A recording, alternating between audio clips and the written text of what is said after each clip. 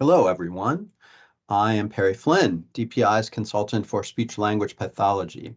And I have a guest with me today, my good friend for a long time, Connie Williams, who is the lead EC support for related services in the Guilford County Schools. And due to popular demand, she is going to redo represent this very popular presentation that she did at the DPI Recruitment and Retention Summit that was a year or so ago. And Guilford County has done a fantastic job of recruiting and retaining not only speech language pathologists, but occupational therapists and physical therapists. And so I wanted to just have a conversation with her about those kinds of things, what initiatives the Guilford County Schools have initiated to do that, to actively recruit and retain. And as a result of that, they have either no vacancies or just a very small number of vacancies. So Connie, do you have any vacancies right now? All of our schools are covered, but we do have a couple of retirements coming up.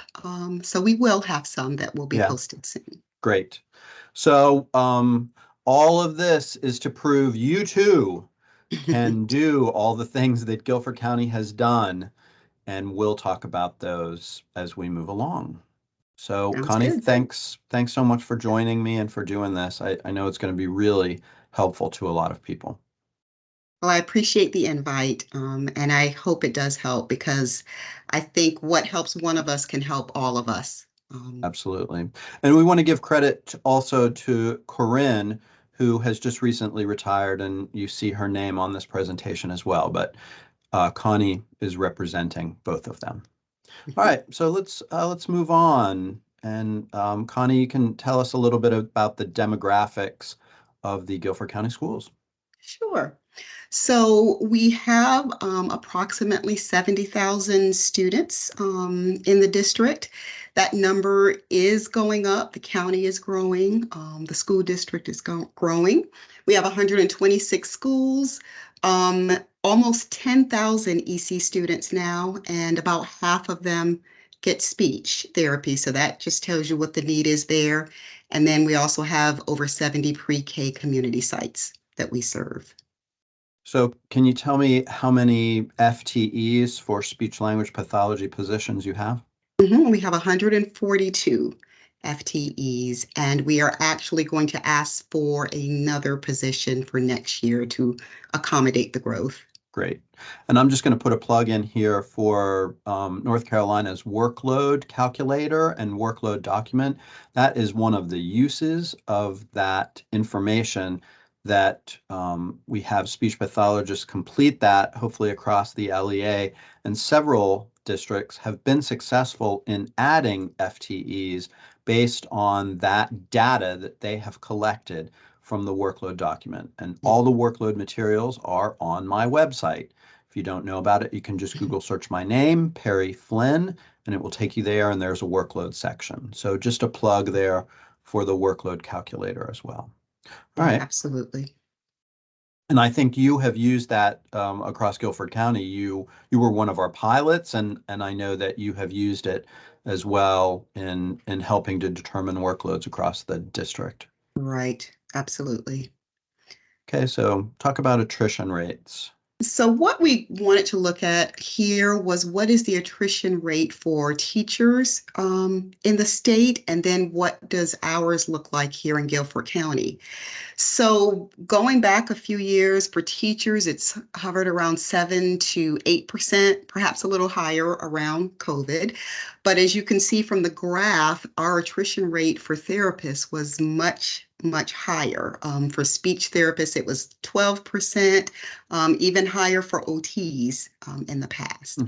And so due to some of the changes we've been able to implement, we now are about 5% for speech, which is actually lower than the rate for teachers, and we tend to stay right there. And that, like I said, it includes natural attrition like retirements, as well as Oh, therapists who leave for sure. other reasons. So, And I'll just interject here that this is just Perry Flynn's hypothesis about this, but I think during the COVID era, speech language pathologists who were of retirement age retired. They Yeah, didn't, nobody hung on, or very few people of retirement age hung on. So we had that retirement class that is pretty natural. But we did have some people who were hanging on past retirement age, and they just didn't want to deal with virtual services either. yeah, So they retired. And then we had some people that were close to retirement age who didn't want to deal with providing virtual services. And so they bought out, 2 years or whatever towards retirement, and they retired. So we really had three classes of retirees retire at the same time. yeah, And I think that is part of what led to the shortage that we have right now. And just to let you know, it is not just North Carolina. It is across the country, and it is not just schools either. It is across work settings. Everyone would hire speech pathologists if they could find them. SNFs, absolutely.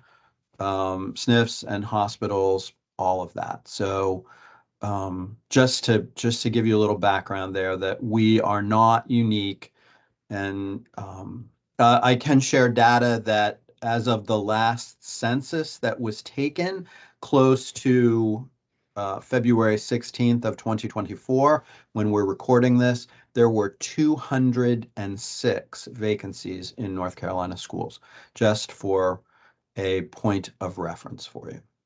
So let's move on to your staffing shifts and trends there, Yeah. Connie. So you can see here that our reliance on contract therapists has really decreased. The district basically says that a staff employee is actually less expensive than contracts. But when you don't have enough staff, you don't have a choice. So over time, again, with some of the changes we've been able to implement, we have completely decreased that reliance on contracts and increased our ability to hire staff. So about now we're at about, I think, 7 or 8% for SLPs in terms of our ratio between employees and contract therapists. Yeah, it's great. Okay, this is the main event here. So Connie, tell us what the Guilford County schools have done to attract speech language pathologists. So one of the big things we've done that is really helpful is this $10,000 signing bonus. And this is for a 2-year commitment. And the way it works is when the therapist is hired, they get $5,000 within the first 60 days. And if they agree to come back the second year, then they get the other 5,000. So that has been huge. A lot of times you have these therapists coming right out of school with lots of school bills and debt, and that can really help them to kind of get a good start with paying down some of that. So that has been huge in attracting. Also, salaries, that's not something that we have a lot of control over, but still, that advocating does help the state to make sure salaries are competitive, as well as the supplements that the county provides to make sure that when therapists look at their options, they see that working in the schools does not mean they're automatically making less money than working in healthcare. So I think that's important. Another thing we do is we pay licensure. So we pay ASHA dues. We pay the dues for the OTs as well as the PTs each year. And that's something that therapists really appreciate. For OTs and PTs, right now, they are still considered classified employees. And one advantage that gives them is they get tuition assistance from the district. So if they are going to increase their education, maybe from master's to doctorate, they will get some reimbursement for that from the district. You mentioned the workload model. That has been helpful, making sure that we're not just going by a number, because a therapist can have a lower number, but that workload can be greater because they're serving pre-K and adapted classes and doing other things in the school. So using that workload model helps us to take all of that into consideration. and make sure that their workload stays as balanced as possible. Another thing we do that I think has been hugely helpful is by hiring part-time therapists. A lot of times therapists, they have families or they have other obligations, and being 100% employee doesn't work for them. We have multiple therapists that are just 40%. They're 2 days a week.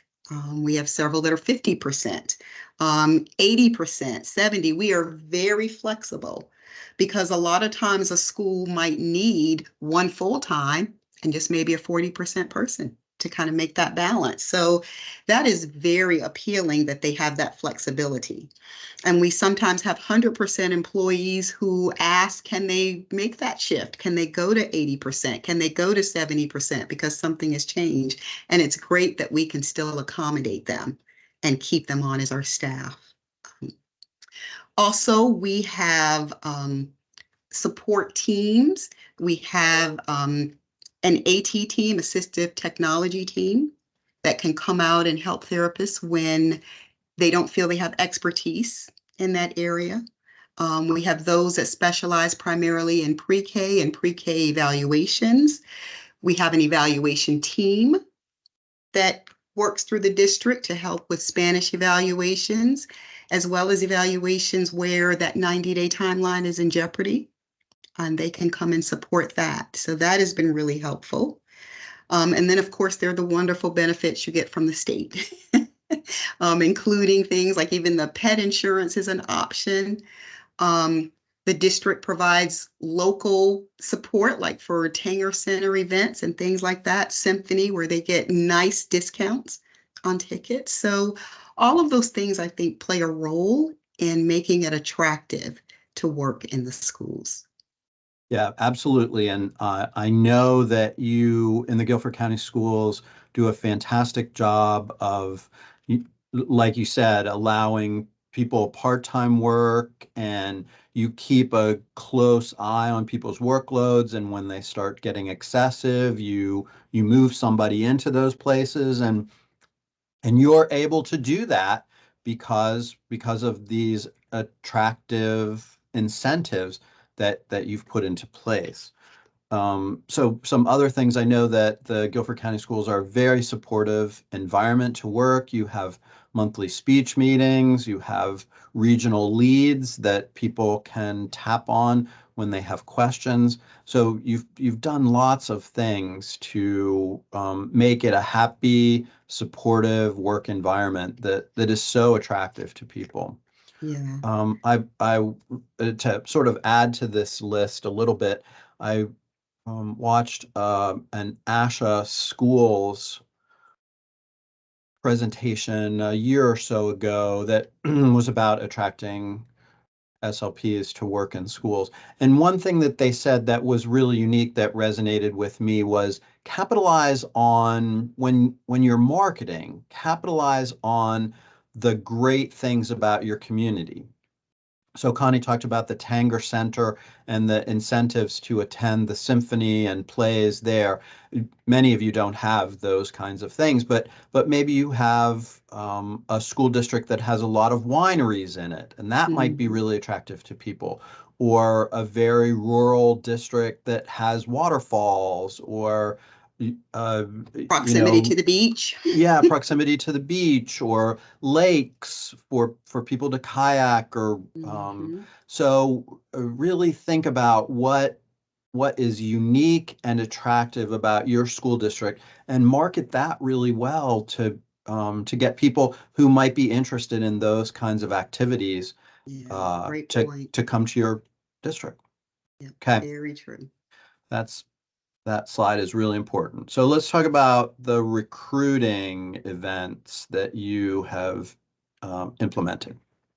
Well, one thing is true, no matter how much you offer, if nobody knows about it, it's not going to help you. So we've really had to think about how can we make sure people, not just locally, but even in a broader area, know what we offer as a county. So we did an ad in the ASHA Leader, and we got calls from people as far away as Alaska, believe it or not, Wow. from that. We also have flyers that are printed out for universities. And at the end of the school year, a little bit before that May graduation, I send them out to programs in North Carolina, Virginia, Tennessee, South Carolina, so that they can share with their new graduates what we're offering here. Also, I think we're very fortunate to be close to UNCG because it allows us to collaborate. We're able to host quite a few students, and sometimes these students perhaps never thought of working in schools as an option, but once they're here and they see what it's like, they often fall in love with it. And that helps us to recruit new staff members. Also, just talking about, as you mentioned, that professional development that is very specific to their fields and very practical, making sure they know that that will be available here. And then, as mentioned, being able to clinically supervise students. And that's all disciplines, OT, PTs, and SLPs really helps us to recruit highly qualified applicants. Yeah, we have evidence, we have research evidence that says that if graduate students go to a work setting and have a really good supervision experience in that setting, they are very likely to want a job there. Whether they entered the setting thinking that they want a job there or not, if they have a Precisely. good supervision experience and it's a welcoming school and things are running well and there are reasonable caseloads, it becomes a very attractive work setting for them. So, Exactly. Guilford County, as Connie said, is very close to UNCG, so they get lots of students. And I understand that some of you in rural districts are not able to attract those students, but if you can, you can. It's great. And Yeah, I would absolutely. suggest if you are in those rural school districts, I would suggest starting to grow your own, um, doing presentations for high school kids about speech language pathology. It's not going to pay off for you right away, but it might later on down the road That's a great idea.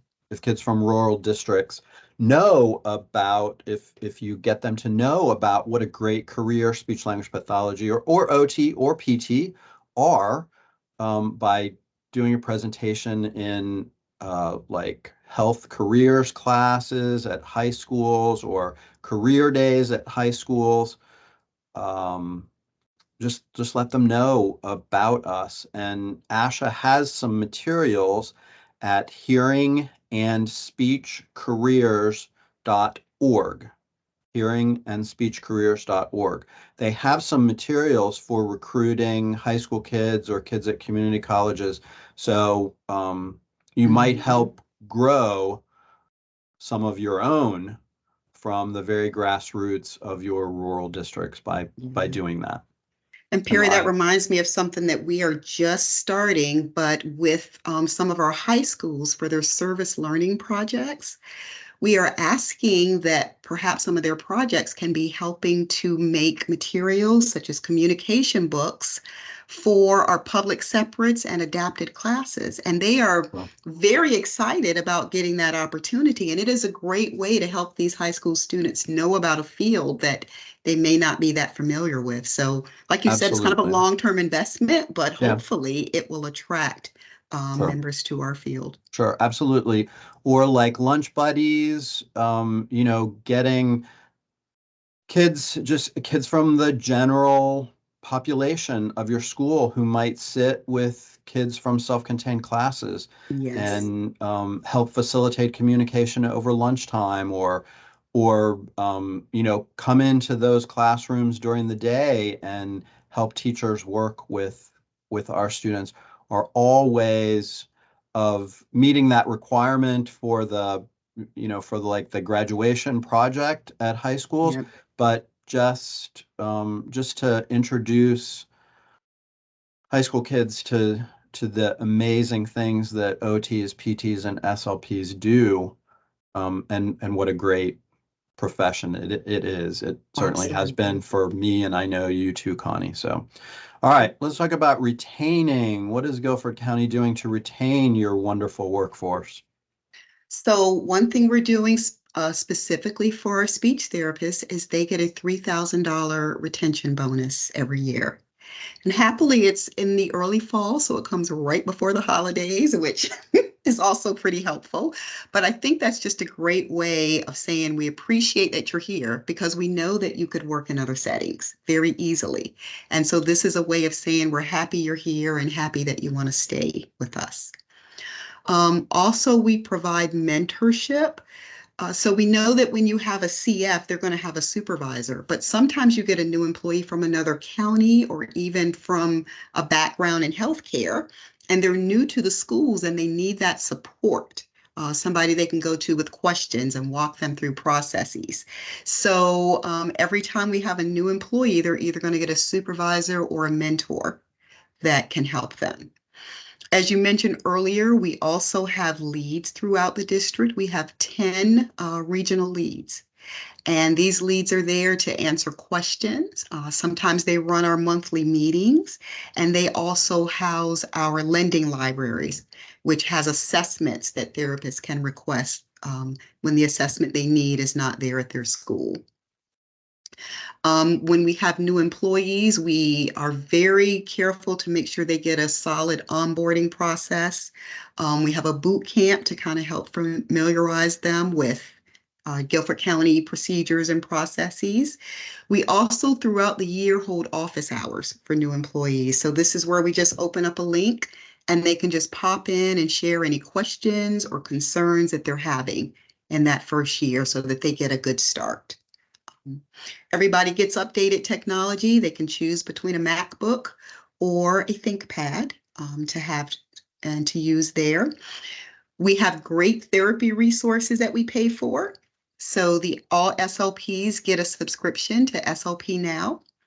They get access to lesson picks, and OTs and PTs get pink oatmeal and tools to grow to support them. Um, and of course, there's just that being there, responding to them within 24 hours when a question comes up, letting them know that we're here to support them and we're here to help them problem solve. And just, basic things like expressing appreciation, just letting them know that they're valued and we're happy that they're with us. So many non-monetary supports too that make your district attractive, and word is out in the community that Guilford County Schools not only pays you a bunch of money, but they provide a very supportive environment too, and that's very attractive, especially to our new generation of students who are really very interested in a great work-life balance Yeah, and a good mentally healthy work atmosphere. All of those things are super important. absolutely. Okay, some additional supports that you all provide. So we mentioned the regional assessment lending library. We have 4 of them throughout the district. Pretty much almost any assessment that a therapist could want is there. So even if what they need for a particular student isn't at their school, we make sure that they have access to it. Um, we also use Teams. We have a Teams page that contains all of the forms and suggestions for how to keep up with logging, just all sorts of things that are very specific to speech therapists. And so they don't feel like they have to go from place to place trying to find what they need in order to do their job. We also have resolved things that have been questioned for some time, like MTSS and what is our role. We have something written that explains specifically, how SLPs are involved in and support that process. One thing that has sometimes caused problems is admin not quite understanding what is the role of related service providers. So we have in writing something that has been distributed to all administrators on what is the role of related service providers, what should they be doing in the schools, what things are we asking you not to involve them in. I think a lot of times they will put a little bit more work on therapists because they don't understand how detailed and involved their job is. So having this in writing has really helped to kind of improve those relationships. Each year at our first meeting, beginning of the year, we do a materials exchange. A lot of new therapists come in and they don't have this wealth of materials. So sometimes when therapists are leaving or they just have materials they're not using, they bring it to that materials exchange, and it helps new therapists to kind of build up a library of resources. And then obviously each year they get a opportunity to transfer. So if it's a school that is not a good fit for them, we can find someplace else that might work for them. If they are particularly interested in pre-K, sometimes we can give them that opportunity. So letting them kind of work in an area that is of specific interest to them also provides support. And same with OTs. They get to do peer reviews where they can observe each other, learn from each other. They have a really good onboarding process that helps new OTs. And again, they have information that explains their role in MTSS as well as their role with administrators. So all of those things just kind of help some of those little problems that can make it a little harder to do your job. We're just trying to ameliorate some of those problems. Yeah, it's so great that you have the administrator's handbook. Many of you struggle with duties like bus duty or cafeteria duty or Mhm. things like that for especially the SLP, and that, it is up to the principal if they're going to devote some of your time to that. But I say to people all the time, they are paying you a relative ton of money to open car doors for kids when your Absolutely. expertise could be far better used in other pursuits like writing IEPs or holding IEP conferences or a million other things. Yeah. So that is so great that you let principals know about that, and other people could do that too if in a workload model those school duties are overtaking a lot of the SLP's time. Getting rid of those would be a really attractive thing for an SLP workload. So Yeah, one of the things good. I included in that was documentation and what it involves. So I put an example of like the data that a therapist would collect during a therapy session, and then explain how that series of checks and minuses now has to be turned into a written note for every single student. Yeah, And I gave them an example of that and an estimation of how much time it takes. So they would realize that we're not saying we're above doing duties. It's just that this is something that does take a chunk of time, and it would be better spent doing that for right. therapists. Yeah, so great. All right, funding sources. This is what everybody wants to know about.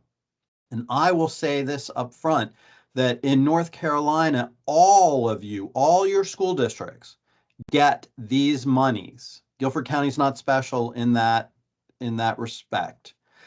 Guilford County gets more of those monies, but it's because per capita they have more kids. You get all of these monies too.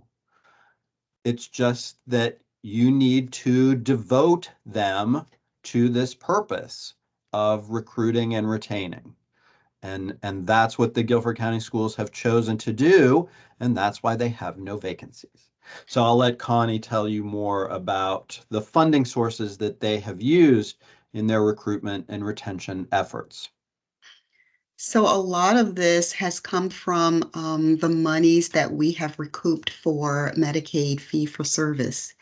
And I mention that specifically because I know that logging, documenting electronically is very time consuming for our therapists.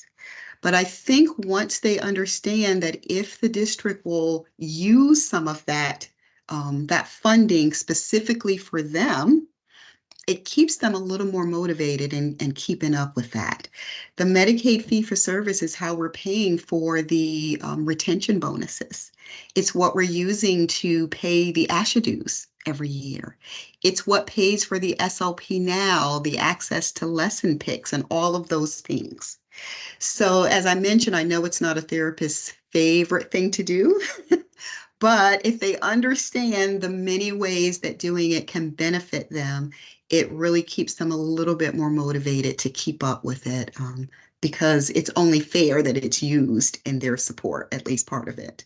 Yeah, absolutely. SLPs reap the majority of Medicaid funds through fee for service. So it's really just fair that it comes back to them in some way or another. Yes, And we are happy to share the money, with OTs and PTs. They reap a good deal of money as well, but that money must come back to the exceptional children's funds these exactly. days. It must. And we hope that it is coming back to benefit the people who are Generating it. documenting for it, OTs, Yes, PTs, and SLPs. So that's so for great that sure. you are in fact using it for that purpose. All right, let's go on to a little bit more about the data that you are using. Yeah, so this is great data that Corinne actually took. And when she got the position, she noticed that that fee for service documenting was very low. Um, and so even though it wasn't popular, she really, really worked to increase that amount coming in from speech therapists, from PTs, from OTs, actually even psychologists, because their Sure. evaluations Yeah. can be logged. And so there has been, if you kind of can see the graph from 2018 to 2022, a huge increase in being able to increase that funding. And again, it's having that increase in funding that has allowed us to provide all of the things we do for our related service providers. So I just think, again, it just shows the importance of once therapists know how that funding can benefit them, it can keep them motivated to stay up to date with it. Absolutely. All right, I think we've reached the end, and since this is not live, we won't have any questions, but I think we've covered everything. Connie, I so appreciate your time. I know that this is going to be really valuable information for other school districts, hopefully, who will take some of your suggestions and put them into practice there and do a better job of recruiting and retaining the extremely valuable workforce of related service providers. So again, Absolutely. thanks so much for your time in doing this, and I'll move you over and stop the recording, and Okay. with the hope that that this has really helped you out, whether you're in North Carolina or someplace else. Thanks so So much, Harry. yeah, sure. Thank you, Connie.